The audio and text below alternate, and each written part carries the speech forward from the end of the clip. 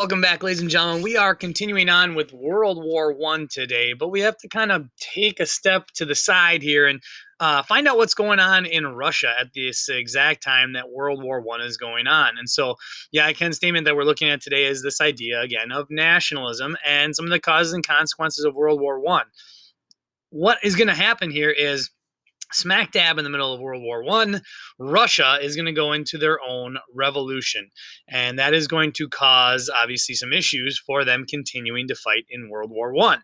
And so we're going to get into the Russian Revolution today, going all the way from the Tsar to Lenin to communism. All right, so let's take a look. So when we look at Russia during World War I, when we look closely at them, we talked about the idea that they were very slow to mobilize their military. They were a very large country, obviously, but economically, they're pretty weak. And so it took them a long time to get their army kind of mobilized and get everything going and kind of rev their economy up so they could get their soldiers ready. As they did that, they very quickly learned that their army was pretty poorly equipped, and quite frankly, their military leaders were not very adept at leading either. And so this country had a massive number of people, a massive number of troops that they could kind of throw into this war. Unfortunately, they suffered enormous losses during the war. So things obviously were not great for the soldiers. Things were not great on the home front. They just were not prepared to fight against these other countries who have gone into this industrialization, whereas Russia has been trying to kind of keep up or catch up to the same industrial level as Western Europe. And so by the spring of 1917, it became pretty evident that they had some major problems. And so when we look at that, the Russian people basically had lost faith in the government, the Tsar and the government. They didn't believe that they were able to continue to lead them the best way. And so the government at this time called for reforms. The government was called the Duma. And so the Duma did is they dissolved, the Tsar dissolved the Duma after they called for reforms because the Tsar decided he didn't need the Duma. They weren't doing anything to help him and help the Russian military. And so the Tsar got rid of the government, basically, and just said that he was in charge. The Russian military, however, didn't see things the same as the Tsar. They sided with the government. And so we end up with this small little revolution or rebellion that happens here, right here in the spring of 1917. The Tsar abdicates his throne, meaning he leaves, he vacates the throne, realizing that if he stays on the throne, he's probably going to be executed or killed by the military. And so that happens in the March of 1917. After that, they are found, they arrest the Tsar and the family, and they imprison them, again, trying to prevent them from reestablishing their own power. So we're kind of smack dab in a full-out coup / revolution / rebellion here. And I said it was a quick one, but it continues to drag on because there's going to be other aspects that get involved here too. The other aspects that get involved are this man and his political party that ends up forming. All right, that is Vladimir Lenin. And so we look at Vladimir Lenin. He had been around for a while. He was actually expelled from Russia for a different time here, and he had been living in Germany. And the German people, the German government, I should say, found Lenin, and they funded him and sent him on his way back to Russia to kind of create havoc. All right, and so that's exactly what he does. So when he gets back to Russia, he ends up basically going against the Menshevik Party, which was the kind of moderate party at that time. And Lenin and the radical Bolshevik Party win out. All right, so the Bolshevik leader, Vladimir Lenin, is known for his revolutionary socialism that he kind of brought with him back to Russia here at this time. And so this is kind of the beginning of communism. All right, eventually they'll rebrand themselves. So the Bolshevik Party and Lenin are kind of the beginning of the Communist Party. And so when we look at this idea behind Lenin, like I said, he was a Marxist, which brings about this idea of communism. Remember, Karl Marx and Frederick Engels are the guys that kind of create this idea of socialist socialism and scientific socialism, which eventually gets branded as communism.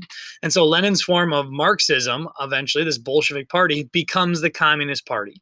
The slogan of their party was peace, bread, and land. Now, keep in mind, the people of Russia have been engaged in this war for about 3 years. And to a war torn country that has hungry people that are sick of war, that are sick of seeing their family members die, peace, bread, and land is a pretty good slogan. And so people got behind the Bolshevik party. And so Lenin's idea was that he was going to train the Russian workers so that they could become the revolutionary force that they needed to overthrow and kind of change the system, right? We talked about that with Marxism. Marx and Engels say that basically the idea of communism is that the workers need to become united and overthrow the people who are in charge so that they can gain control of the goods of production, okay, and the means of production. And so we eventually see out of the Bolshevik party, the Communist Party is formed. So in the year 1917, the Bolsheviks overthrow the provincial government that was in charge. All right, they come in and they overthrow every government member that was there. And in 1918, they rebrand themselves, they rename themselves the Communist Party, and that is the logo of the Communist Party right there in Russia at that time. The Bolsheviks turned to the communists. That leads into a little bit more warfare and a little bit more civil war here. So we've got kind of this whole era of civil war that's been going on here in Russia during this time, right in the midst of the World War I that's also going on. And so Lenin's new government signed a peace treaty with the Central Powers.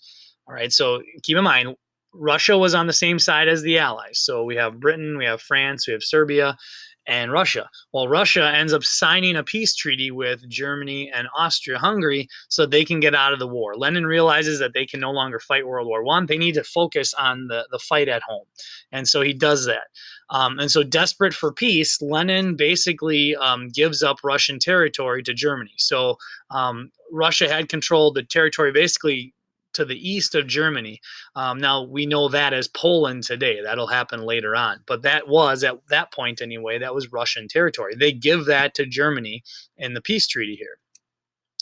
And so that leads to the Civil War in Russia. All right, the Civil War is fully on now. We don't have to worry about fighting in World War I. Now Russia is just worried about dealing with the issues at home. And so you've got basically two different stakeholders here. You have the Mensheviks, who are that moderate political party who are kind of overthrown by the communists here, and then you have the communists. And in order to make sure that they are not able to reestablish the Tsar or his family, the Communist Party and Lenin have the Tsar and the entire family assassinated in July of 1918. So they kill the entire family. This has sparked stories of maybe that there was one little daughter, a little baby that got away and she wasn't killed, or someone was able to save her. And so if you've heard of that, her name was supposedly Anastasia. We look back at historical record. There was a cartoon made about it. Maybe you've seen that when you were younger. But we look back at historical records, and we don't think there was any Anastasia. And if there was, we believe that she was killed and with the rest of the family. There was no member of the family that escaped somehow.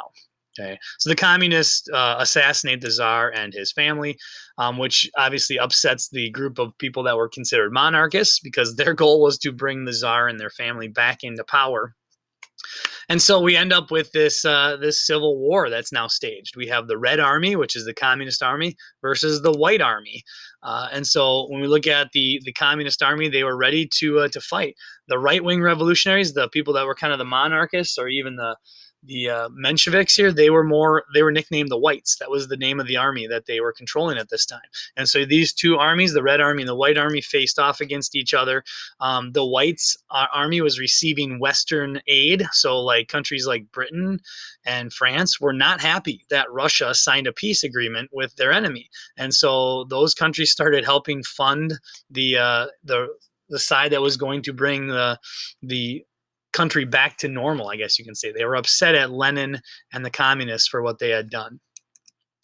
And so what that eventually leads to is obviously the whites having this extra aid from the Western allies at this time, and then the Reds coming in and essentially winning this battle. All right, so the Reds end up winning, the communists end up winning the Civil War in Russia. And what eventually happens is they reform the government and reform the country into what is called the Union of Soviet Socialist Republics, and so we know that as the Soviet Union, and this is when it becomes that. In the year 1922, obviously World War I has ended. The Communist Party renames Russia the USSR, is where we get it. So that's the Soviet Union. And the term Soviet, or the word Soviet in Russian, just means council. And so the idea was it was kind of a union of councils that were all socialists, right? All those different countries that now became this large USSR that we see here. And so that's kind of where we leave off on the story for today, ladies and gentlemen. So you're going to find out a little bit more about the Russian Revolution here in our next activity. So if you need any help, if you have any questions, as always, guys, talk to your teacher, and we'll see you again soon.